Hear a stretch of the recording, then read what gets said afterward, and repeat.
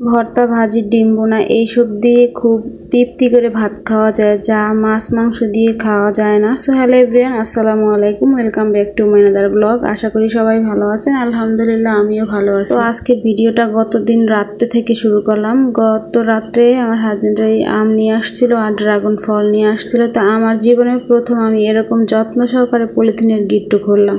সব সময় পলিথিনের গিট্টু আমি একদম ছিঁড়ে ফেলি, তা না হলে মাঝে মধ্যে আমার হাজবেন্ডকে দিয়েই খোলাই, কারণ পলিথিনগুলো ময়লার বালতিতে ধোয়া লাগে, একটু কাজে লাগে তাই। তো এই যে আমার হাজবেন্ড এখানে আমাদের ড্রাগন ফল কেটে দিচ্ছে খাওয়ার জন্য। তো এই ফলটা অনেকেই পছন্দ করে না, কিন্তু আমার কাছে ভীষণ ভালোই লাগে। আর কালারটার কথা কি বলবো, কালারটা আমার কাছে এত সুন্দর লাগে বলার বাহির। আর আমার বড় ছেলেও ভীষণ পছন্দ করে, কিন্তু আমার ছোট ছেলে একদমই খায় না, ওর কাছে ভালো লাগে না। অনেকেই বলে এটাকে বড়লোকি ফল, আর অনেকেই বলে যে একদম খেতে জঘন্য, কিন্তু আমার কাছে ভীষণ ভালো লাগে। সবার মুখে তো সব জিনিস মজা লাগে না, তাই না? তো এই যে সকালবেলা আবার একটু চা বসিয়ে দিলাম, তারপর আর একটু নাস্তা বানিয়েছিলাম, ওগুলো আর ভিডিও করা হয়নি। তো এখানে আমি পরোটা বানিয়েছিলাম, আর এটা লিকার করে পরে দুধ দিয়ে নিয়েছিলাম চায়ের ভিতরে।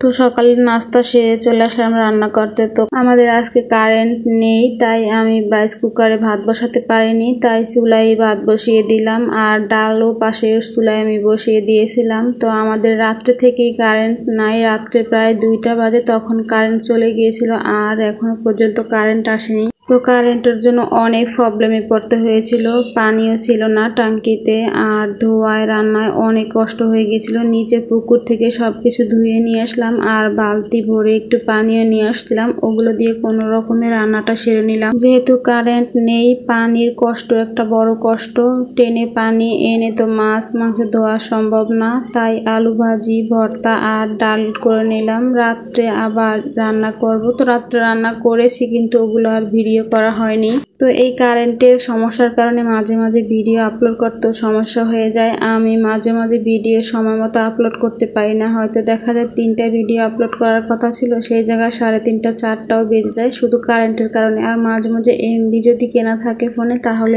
এমবি দিয়ে মাঝে মধ্যে ভিডিও আপলোড করে দিই। তো এমবি দিয়ে আপলোড করতে গেলে দেখা যায় একটু সময় লাগে, ওয়াইফাইতে একটু তাড়াতাড়ি আপলোড হয়ে যায়। তো এদিকে আমি রান্না করতেছি, আমার ছেলে আবার ড্রাগন ফল নিয়ে আসছে, ও খাবে আর আমাকেও খাওয়াবে, তাই তো ও ছিলে দিচ্ছিল, আমি আবার একটু কেটে দিয়েছি। তো মা ছেলে দুজনেই খেয়ে নিয়েছিলাম। আর এদিকে আমার রান্না বান্নাও শেষ। তো অনেকদিন পর আমি এইভাবে ভাতের ফ্যান ঝরাচ্ছিলাম। সবসময় তো আমি ঝাঁপিতেই ভাত ঢেলে দিই রাইস কুকারে রান্না করে। তো এদিকে ভর্তাও বানানো হয়ে গেছে। আমি শুটকি দিয়ে শুটকি চিংড়ি দিয়ে ভর্তাটা করেছি। আমার আবার যে কোনো ধরনের ভর্তা ভীষণ পছন্দের, তো খুব ভালোই লাগলো। দুপুরের খাওয়া দাওয়াটা করলাম, আর এদিকে দুপুরের খাওয়া দাওয়া করতেছি, আর এদিকে বৃষ্টিও পড়তেছে প্রচুর, সারাদিন অনেক বৃষ্টিও ছিল। তো সন্ধ্যার দিকে একটু মুড়ি ভেজে নিলাম, অনেকে বলে মুড়ি ভুনা। তো এই মুড়ি ভুনাটা আমার ছেলেরা অনেক পছন্দ করে, এমনকি আমার হাজবেন্ডও, তাই আমি একটু বেশি করে ভেজে নিয়েছিলাম। ফাঁকে একটু মোবাইল টিপতেছিলাম, এর ভিতরেই মুড়ি ভুনার 12টা বেজে গেছে।